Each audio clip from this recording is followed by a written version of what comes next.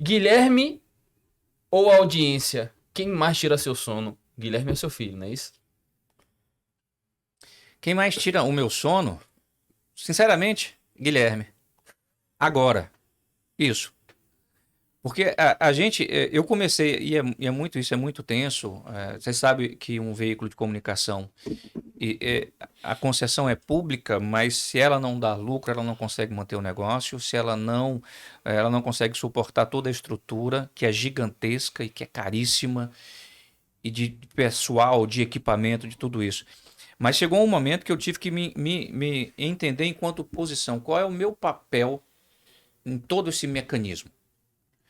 Eu era neurótico com audiência, eu tenho que ficar preocupado. Hoje eu tenho que ficar preocupado com a minha função dentro daquela engrenagem. Eu passei a funcionar melhor enquanto jornalista quando eu percebi qual é o meu papel dentro dessa engrenagem de comunicação. Quando eu percebi que, olha, eu sou o apresentador, eu estou apresentador, eu sempre brinco isso, né? Eu sou brinco, não falo sério, eu estou apresentador, porque amanhã eu posso não estar mais apresentador, mas eu vou continuar sendo jornalista. Né? O jornalista ele pode atuar numa área muito maior dentro de qualquer veículo de comunicação. Então eu percebi, enquanto jornalista, qual era o meu papel enquanto apresentador. E passei a me dedicar a descobrir como ser o melhor apresentador dentro daquela minha função. Porque existe, e você fala em audiência, eu me preocupo, enquanto apresentador, como é que eu garanto uma melhor audiência no meu papel de apresentador. Usando uma linguagem mais direta, usando uma linguagem mais próxima, uma linguagem mais falada, um posicionamento melhor, um caminhar melhor, uma disposição melhor de movimentação de câmera. Então, eu descobri qual é o meu papel dentro dessa audiência, que eu vou contribuir com a audiência do produto. E eu sei que o editor tem o papel dele na audiência, que o editor de texto tem o papel dele, que o chefe da redação tem o papel dele. E aí eu percebi qual era o meu papel. Eu tenho que me preocupar com aquela que é a minha obrigação. E cada um, dentro do seu papel, se preocupar com a parte de cada um. Porque se eu for me preocupar com o papel do outro, eu não faço o meu bem feito. Então, nesse momento, quem me traz mais preocupação realmente é criar um filho. A gente conversava aqui antes, nós três somos pais. E o quanto tá difícil nos dias de hoje criar um filho. Né? XD, como é que é o XD? Pô, o negócio do XD, a gente tava brincando aqui que na rede social, né? Se abreviou tudo, o kkkk, para dizer que estava rindo, que só se usa no Brasil, o RS, e um dia desse ele me largou um XD. Pô, pai, tá muito XD isso aí. Aí, sabe, só faltou surgir o balãozinho na minha cabeça assim. XD? Deixa eu dar um Google aqui no meu HD para descobrir o que é XD. Aí, Giovanni foi me explicar aqui Aprendi que aqui. é Eu aprendi aqui. o rosto com o xizinho para poder dizer que tava. Tá rindo, Que tá rindo, que tá o X engraçado. cruzado é o rosto e o D é a boca sorrindo. Né? Diga aí, velho. O seu tem 13? Meu vai fazer 12 anos agora. 12. O seu tem 5. A minha tem 18. Eu sou pai separado e veio cair no meu colo com 18 anos agora, uma mulher linda, maravilhosa. E Mas que você ainda não e conhece. mora comigo. Cara, eu fui agora visitar minha outra filha, né? Junto com a mãe dela, eu sentei na mesa, coloquei a mão na cabeça e falei, meu, eu acho que ela nem gosta de mim. Falei, tem dia que eu falo, filha, tá tudo bem, filha. E nós sempre fomos muito apegados, eu e ela. Tô bem, pai, tô bem. Vamos sair com o pai? Ah, pai, tô cansado, não tô afim não. Aí eu vou tomar banho, daqui a pouco eu volto no quarto, vou procurar ela, não tá. Oi, filha, tá onde? Ah, saí com a minha amiga. Falei, meu, não saiu com o pai pra sair com os outros. E aí a mãe dela falou assim, é normal, René. Falei, normal? Normal? Eu acho que é uma carência Calma, você vai paterna. chegar nos 18, você vai É uma ver. carência paterna que a gente já passa por isso. Né? Eu me lembro, por exemplo, que o meu me chamava para jogar videogame. O meu me chamava, às vezes, ele me fez baixar o Fortnite no celular para poder jogar online com ele. Às vezes eu tava no meio do trabalho, ele mandava mensagem, e aí rola um Fortnite agora? Aí eu falei, não sei se você olhou no relógio, nesse momento não vai dar. E aí, de repente, do nada, esses pedidos para jogar online Fortnite foram rareando, foram ficando cada vez mais espaçados. Aí agora, de vez em quando, sou eu que mando para ele, e aí não vai rolar um Fortnite, não? Eu acho que a gente não está sabendo, Renê, a lidar ainda com essa carência que Não, eu está sendo comecei, gerada, porque eles estão crescendo, né? E estão crescendo de uma forma muito mais rápida. Eu me lembro que E diferente de nós, né? Eu fui sair de casa a primeira vez sozinho, sei lá com quantos anos. Eu fui ter a chave de casa, sei lá, depois de já praticamente adulto. Os meninos hoje, cara, já saem de casa. O meu só liga e fala assim: pai, manda um Uber aí pra mim. E manda, Eu vai, saí, volta. eu saí, Fernando, com 18 anos, 17 para 18 anos. Nunca mais voltei. Mas assim, ontem à noite eu conversei com a minha filha. Falei, filha, pai saiu com 17 anos, nunca mais voltou. Você tem que voltar por causa de sua mãe, não. Eu vou. Vamos, não sei o quê. Ai, pai, em julho eu tô lá. Não sei o quê. Aí eu falei pra ela, ó. Aí eu falei pra irmã dela, falei, meu, sua irmã tá namorando lá, meu. Ela falou pra você? Que namorando, pai. Ela é um super mega double master, não sei o quê. Paquera. Eu falei, quê? Falei, tipo, eu todo preocupado, eu todo pela minha geração, pelo como que eu fui tratado. E eles estão tudo tranquilo, pra eles tá tudo certo. E aí eu fico perguntando assim, eu falo, meu Deus, que transformação é essa? Né?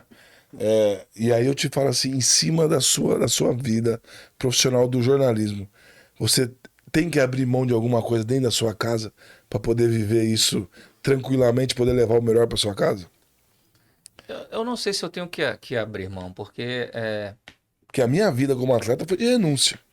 eu Eu tenho nunca que abrir. consegui. Eu tenho que minha esposa é jornalista também de formação e depois fez direito, atuou. E isso que é engraçado, né? Às vezes a gente acha que antigamente os filhos da gente tinham que ter uma profissão só e formar. E o meu bota na cabeça dele, você tem que ter uma preparação para ser o que você quiser ser. Então, meu acordo com ele é esse. Porque ele tem que se dedicar na escola, porque não é que eu quero que você seja médico, eu quero que você seja advogado, eu quero que você seja jornalista. Um dia ele quase fez a avó desmaiar. Porque eu sou filho de caminhoneiro. Meu pai é um caminhoneiro. Meu pai foi um caminhoneiro que já faleceu, infelizmente. Minha mãe também já faleceram. Os dois já faleceram. Minha mãe é dona de casa, meu pai é caminhoneiro. E é engraçado, voltando lá no começo, quando a gente falou, todo mundo acha quando fala assim, você teve uma vida fácil, você é jornalista, sua família é rica, você passou por uma grande faculdade, chegou lá na frente, você não teve dificuldade. Filho de uma família de 5 filhos, de um caminhoneiro e de uma dona de casa. Então dá para imaginar as dificuldades que nós tivemos financeiramente falando, afetivamente Há falando. 47 anos atrás. Afetivamente falando, nenhum. Foi a melhor família que eu pude ter, eu tive. E aí, minha grande preocupação com ele é: eu vou te dar a melhor formação que eu puder dar, mas você é quem vai escolher o que você vai ser e vai assumir as consequências das suas escolhas. Você vai assumir. Se você vai escolher uma profissão que talvez não te dê muito dinheiro, você vai assumir Mas essa o seu pai te consequência. deu essa liberdade de pensar Não. assim? Meu pai, Aí, ó. minha mãe sempre teve muito essa preocupação. Minha mãe que educou a gente. Meu pai vivia no mundo trabalhando, né, Sim. para poder dar o sustento da gente, o sustento financeiro da gente. Então, a gente foi educado por minha mãe, né? E aí eu agradeço muito isso, porque meu pai era um cara mais duro, não que ele fosse voluntariamente duro. Era aquele cara que achava que tinha que preparar a gente para as dificuldades da vida, as dificuldades que ele enfrentou. Então, e a gente tem muito disso como pai, né? A gente tem que preparar o filho para os embates da vida. Eu não, hoje a minha maior grande preocupação, e aí tá a grande dificuldade de ser pai hoje em dia, é que na nossa época os pais preparavam a gente fisicamente para encarar os desafios. Hoje a gente está vendo as crianças fragilizadas psicologicamente Total. e a gente não está preparado, nós que temos mais de 40 anos, para dar uma preparação psicológica para encarar, porque a gente estava acostumado a quê? Chegava em casa fragilizado por causa de um problema na escola ou por causa de uma briga que a gente teve e o pai dizia: isso é besteira. Levanta a cabeça, não chora e vai embora. Era a criação que a gente. Era uma criação errada? Naquela época não era. A gente estava preparado para ser forte, para realmente encarar os desafios da vida. Só que a gente tem sequelas desse tipo de preparação. Sequelas psicológicas que até hoje reverberam na forma como a gente lida com as pessoas e na forma como a gente lida com os nossos filhos. E a grande dificuldade hoje é me entender enquanto pai para preparar psicologicamente esse filho. Falando da sua pergunta, o que eu abri mão? Quem é jornalista sabe disso. A gente abre mão de finais de semana. A gente abre mão de, às vezes, no horário que a gente quer fazer alguma coisa, não pode, porque a gente vai estar trabalhando naquele momento. A nossa jornada não segue um horário administrativo normal. Então, muitas vezes a gente tem um horário quebrado, eu entro 10 da manhã, vou até 10 da noite, ou então entro meio-dia, vou até 9 da noite, ou entro 5 da tarde e vou até meia-noite, ou então vou trabalhar de madrugada. Eu comecei em rádio. E aí não é só você, né? É, Porque não aí, só- aí vem a esposa, vem o Todo filho que tem mundo. que viver tudo isso aí, né? Ela, por ter a formação de jornalista também, não é que impacta também. Porque ela faz a programação dela e eu tenho que, às vezes, mudar a programação completa da família por causa da programação. Ou tenho que me ausentar daquela programação que foi feita porque não vou poder, naquele momento, estar lá. Mas a gente entende, e quem é família sabe. Você que é jogador de futebol, que foi jogador de futebol, você sabe que a gente está fazendo isso em prol também da Em prol família. da- Então, há os embates, há as dificuldades de compreender, mas depois isso vai se acalmando. Quando vai crescendo, quando vai amadurecendo, vai se entendendo essa relação. Mas que é difícil, e pra gente, porque a gente quer estar lá, naquele momento de lazer que foi programado, a gente quer estar lá naquela viagem que foi programada, a gente quer estar lá. Então, eu tento ao máximo antecipar as minhas folgas ou programar as minhas folgas para saber o que é que eu vou fazer. Mas tem seu preço, tem seu custo. Eu tenho uma convocação pra você. Se inscreve no nosso canal. Tem muita coisa bacana pra nós aí. Tamo junto.